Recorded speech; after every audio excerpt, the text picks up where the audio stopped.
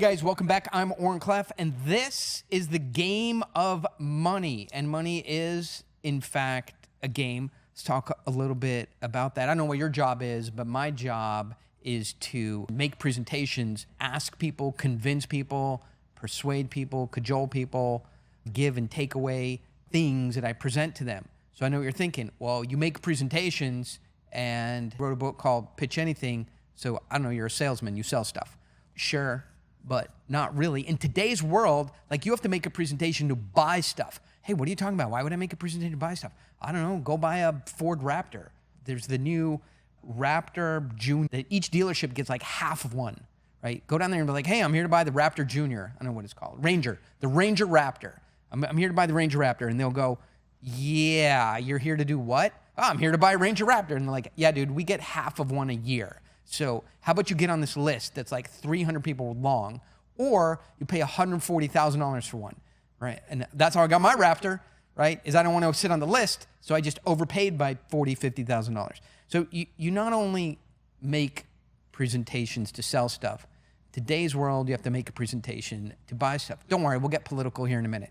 No problem. You know why? Because today is not hard to get political, but we're going to do it for fun. But think about the airline, right? The airlines have it worked out now. It's not like you buy a ticket and like, oh, magically I got 3 seats and the plane was empty. Like, they, with AI and computer technology and better systems and more investor pressure and the price of fuel, they figured it out. It's not like you and your buddy and one other person are flying a Embraer Legacy 600 across the country, which costs the airline, $95,000 to do, and you got to luxuriate across 6 seats by yourself. That doesn't happen anymore. It used to happen all the time. They got it figured out. So if you want a seat and then the flight that you want is like you want to go to, we've been flying to Venice, Italy. You want to fly to Venice, Italy in July, on July 10th, starting right now? Well, looking for your ticket, that is difficult to do. So buying stuff today that you really want is hard. So you got to make a presentation for everything. You saw Joe Biden, Republican, Democrat, independent, atheist, whatever you are. Doesn't matter. That was horrible. You cannot do that, right? And I was talking to Dan, and he's like, it reminds me, he goes, when he tried out for pitcher, when he was a junior in college, he tried out for the San Diego State team. He was a great pitcher. He showed up for the practice. His arm was sore from wrestling or something the day before, and he's like, yeah, I had a bad performance, and they didn't pick me for the team. They picked somebody else. That guy went on to the pros. I went out to be a guy in real estate. Happy with where it ended up. Maybe I'm, got more money than that guy and a happier life, whatever. But the day that you have to show up, you have to show up. You look at that Biden presentation. That is a lesson for everybody. Don't give it away. Today's world, I'm going to tell you, so if this is the game of money and you're doing something that involves money, it's just there's so many leads. We're going to talk about leads in a second. There's so many leads coming from everywhere.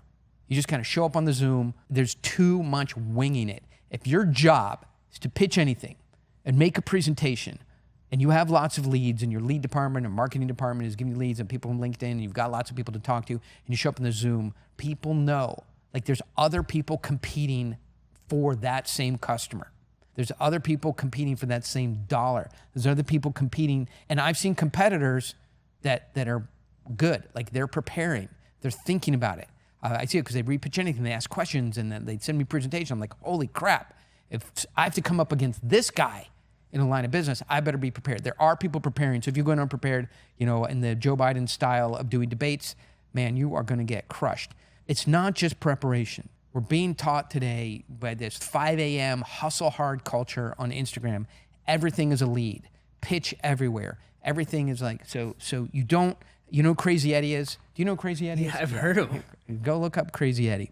Crazy Eddie, during the late 70s, maybe early 80s, a purveyor of consumer electronics in Philadelphia, Pennsylvania, New Jersey, that area. This weekend only, every TV is on sale. Everything must go. Get anything and everything in stereo equipment. Get it all now during Crazy Eddie's greatest stereo sale ever. Crazy Eddie, the greatest stereo sale ever. Crazy Eddie, his prices are insane. And by the way, who's saying that?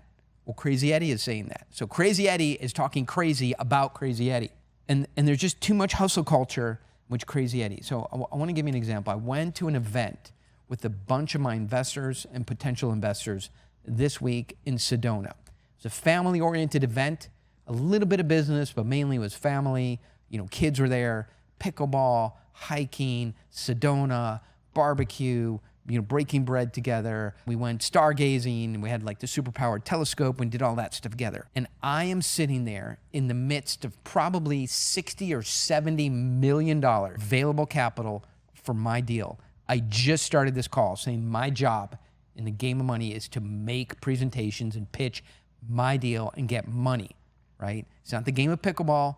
It's not the game of basketball. It's not the game of swimming. It's not the game of Monopoly. It's the game of money. So when I'm around $60 million money, guess what my job is? Pitch and give my presentation. So I'm around all this money. I know who the guys are. I know how much money they have. Some of them are already in the deal, and they've already indicated, hey, I want to put more money in the deal.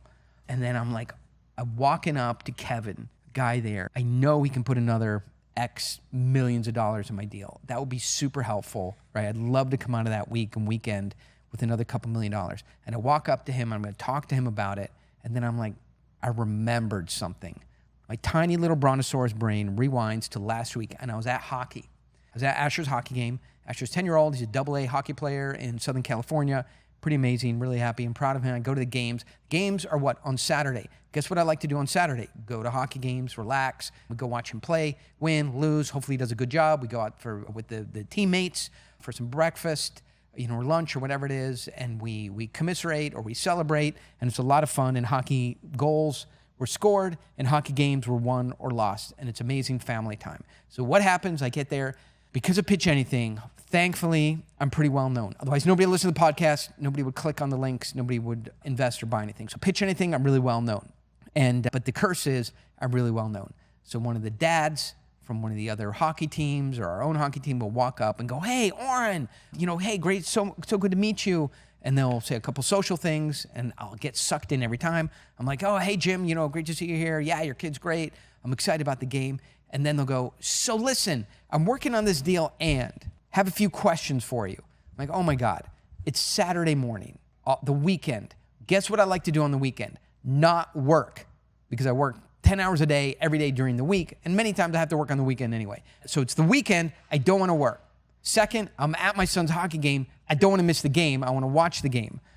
Third is I want to turn off the Pitch Anything persona, character, person, deal-making world that I live in and turn on the family world that I live in. And lastly, even if I did want to work and make some money here at my son's hockey game, I wouldn't discuss your deal for free. So I don't want to work for free on the weekend and miss the hockey game. Make sense? It was like a dream sequence. Do you ever watch sitcoms and they have that? Oh, yeah. Oh, yeah. Let's go inside the mind of. Yeah. And then I came back and I'm walking up to Kevin to ask him for $1 million, right? And the dream sequence hit me. I came back to reality, almost bumped into him. And I'm like, wait a second. That's the same thing is happening. I'm about to walk up to someone on the weekend or on their vacation who's doing family time, who is not looking to do anything around money at the moment. Yeah, he's literally looking to escape that. He's literally looking to escape that, and I was going to, right? But my job, here's the tension. My job that people pay me for, that the investors expect me to do, that I signed up for, that I have a security around. You report to every week. Investors that I report to every week, if they saw me there, they would be like, go talk to him. That's your job. You don't know how to do engineering. You don't know how to fabricate. You don't know how to weld. You don't know how to do accounting. Like, there's nothing else that you are good for. If you don't go talk to Kevin, we have to kill you. There's nothing else that you're good at. Yeah, you have to stay in predator mode 24/7, according to the investors. That's my job for the investors. That's what I signed up for. That's what I'm supposed to do. So I just, in the back of my head, I pulled up short. I'm like, just hold the line, right? It's not, yes, there will be a time and a place for this. So I have a conversation with Kevin. We talk about family and the boys, and it's amazing. I have to show you this photo. So Asher jumps off this cliff. There's like cliff diving at the Slide Rock in Arizona. And Kevin's son, Asher's like drowning. He's like, we're in Southern California. We did Southern California swim lessons with him. And those lessons go like this. Like if you're in Pennsylvania and you take swim lessons. A lot different. Yeah, you're doing a pool, right? Yeah. Right? If you're in Wisconsin or Illinois or Florida, right? You have swim lessons, you go to a pool and like the kid swims down the lane and the coach and then the wings or whatever. California, they're in a box, right? And the wave comes to you. So you're just sitting there in a water box. The endless and then pools. The endless pool. California, the water comes to you. You don't have to do anything. Like woke, it's woke water. Welcome to California. You're gonna eat vegetables, no meat. You're gonna have woke water. Save on square feet. It's like 10 square feet. So anyway, that's where he learned to swim, except for he didn't learn to swim. So he's doggy paddling, swallow some water, choking, clawing at the rock. You know, and it's not like the side of a pool either, so it's hard to get out of. And this other 10-year-old, you just see exact same age as him, Kevin's son. His arm comes out of nowhere. I have a photo of it. I'll have to post it. Grabs him in a fireman's carry, and he pulls Asher out of the drowning pool. I was like, oh, that's amazing. I got a photo of it. And then 10 minutes later, Kevin's kid is drowning, and Asher runs up, grabs him in a fireman's carry, pulls him up out of the water. So I have those two like reverse shots. Yeah, it's really cool. And so we did that, and we had a good time. But I'm like, I'm thinking like, hey, Kevin, my son just saved your son's life. What better time to ask you for, I don't know, $1 million? That's fair. That's fair, right? You could have asked for 5. I mean, I'm not an insurance company where I put a price on, people's heads and everything, but come on, $1 million bucks. But I'm like, hold, this is not the time. Hold.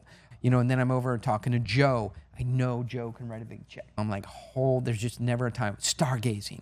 It's quiet, it's contemplative, it's meditative. It's the beauty of the Sedona sky that you don't see in California. There's no city lights to occlude the beauty of the celestial heavens. It's amazing. I mean, we're driving in the car back. We run out of things to talk about with one of the other guys who I know is going to be a great investor.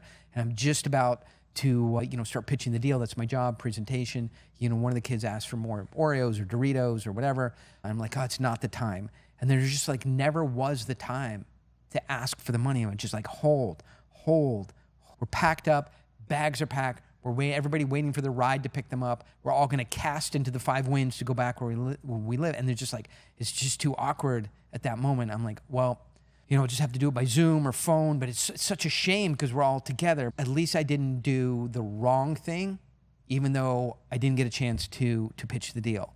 At least I held the line, right? I didn't mess up the relationship, can come back around at a different day, a different time, and maybe do my job, which is to make the presentation. And in that quiet moment, as the Ubers and the rides are getting to pull up to take people to their planes and they fly out of there, someone walks up to me and says, hey, I've got $1 million for you. I'm like, don't screw this up. Just say yes, good. I'm like, we didn't talk about anything. Like, I wanted to get into pitch mode there. Like, I haven't even pitched it. And I got $1 million. And somebody else walked up to me and like, hey, we didn't get a chance to talk. I'm like, oh, yes, we did. Like, the whole time we had a chance to talk, but I held. He's like, we didn't have a chance to talk. I'm like, that's all we had. That's all we had were chances to talk. But I'm like, yeah, we didn't. Like, I got $800,000 I want to send over to you. Right? A third guy walked up. He goes, hey, I've got 40 people in my group that want to invest in the deal. Call me when you get home. People, in the game of money, not everybody is a lead. Not everybody has a target on their back. There is a time and a place for the presentation. And I think that's where it comes together. If you're prepared, you're not winging it, you know what to say when the time is right, then you can give the presentation. But if you're winging it and you see a prospect, all you're going to do is when all you have is a hammer, everything looks like a nail. And you're just chasing everything around with this hammer, winging it. Not every moment is a time for you to wheel your deal out, for you to wheel your ask out. Time and a place for everything. To that, you say what? Something came to mind too at BlackRock. They taught me, they ingrained it in my head, is you have to earn the right to present. So hold the line, but you can't go in there, even if it takes 3 hours of Zoom meetings on the institutional level. If it takes 3 in-person flights to get there and back, you have to earn the right to present. I've had this happen other times where I went out for a weekend to meet an investor, and they were just like, I've told this story before, so I'll go through it quickly. Well, I flew in, and we went to dinner. Next morning, we woke up, I stayed at his house. We did something with the kids. Then we took the boys to do some skateboarding, and then we went to lunch. Then it was like nap time. We all rested, woke up, had something to eat. Then the family was all together. Nothing ever happened, and I just didn't have a time. We agreed to go over it, but there was never a time, right? Again, drive. Oh, this is a perfect example. Exactly the same thing. Drive back to the airport, getting out of it? Okay, had a good weekend, never had a chance to talk about it. And he just said one thing. He's like, hey, about that deal, send me the paperwork. We'll get it done on Monday. So I've had this happen repeatedly. Hold the dang line. So that's one thing I wanted to hit very carefully and help you understand that just because somebody is a live body in front of you, there's a time and a place for it. And then, by the way, if you said, hey, can I show you a deal? When is a good time? Like, let them choose a good time, set it up. And when they say, like, that doesn't mean they want to sit around for 45 minutes hearing your whole life story, everything about the deal. Probably what they're saying is, hey, give me a quick overview on it, right? Let me think about it. Let me see some paperwork. Let's get back and tell me the whole story. Anyway, that's my process. That's why I have the 6-minute pitch. Next time, we'll talk about the 6-minute pitch and its place in the whole thing. What else is going on? What else is going on? What are you doing Friday afternoon? Friday afternoon, we have an event coming up that's pretty cool. So check this out. You might not be the right person for the event, but you're definitely the right person for the event. You might not be the right person because it costs money, but you might be the right person because this is cool. So we're getting 12 super trucks. Cybertruck, Lamborghini Urus, Hummer H1, G550 squared, G550 regular, Toyota Tacoma lifted, the new Hummer, the Bronco Raptor, and a regular. And my Mazda 3. And your Mazda 3. And we're going to drive over Nate's Mazda 3. No, that's not. We're getting 12 trucks. You are driving 2 of these trucks. Not at the same time, obviously, you're driving one there, one back. So pick, is it the Cybertruck? Is it the Lamborghini Urus? Is it the Audi Q8R? Is it the Ford Bronco Raptor, Ford regular Raptor, Ford Ranger Raptor, G550 squared, G550, or lifted Toyota Tacoma? That's pretty much everything. All right, so you're driving 2 of those trucks, and we're going to meet up here at West Coast Finance. If you haven't seen this place, it's westcoastfinancecenter.com.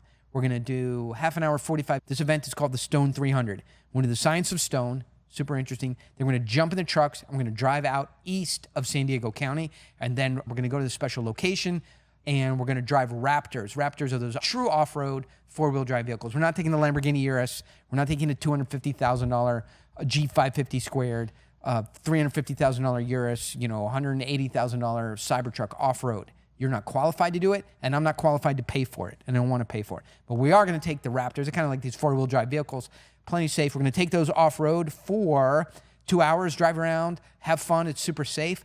We're going to come back, get back in the super trucks, drive to Temecula Winery, park the trucks there, and then we'll go in and have some wine, beer, charcuterie, and dinner. And my partner, Sam, from Warrior Week is going to come in and give a presentation. So it's going to be amazing. I know what you're thinking. Hey, Oren, if I'm drinking a bunch of wine, how am I going to get the Cybertruck or the Super Truck or the G550 or the Lamborghini Urus back to San Diego? You are not doing it. It will magically drive itself back using our staff.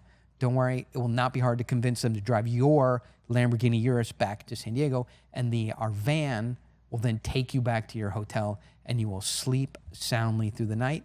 And the next morning, you'll come back here, and we have more cool stuff programmed. If that sounds interesting to you, email us at, do we have email? Yeah. We don't even give out email anymore. It's better than my pager. It's Michelle. Whose email? You give out my email. Mine. Okay. Nate at Intersection Capital. The way you spell Nate is the way it sounds. Backwards 3X. It's actually N and then the number 8. And, oh, yeah, I like it. Oh, man. Can we do that? Yeah, that's good. Yeah, that's email.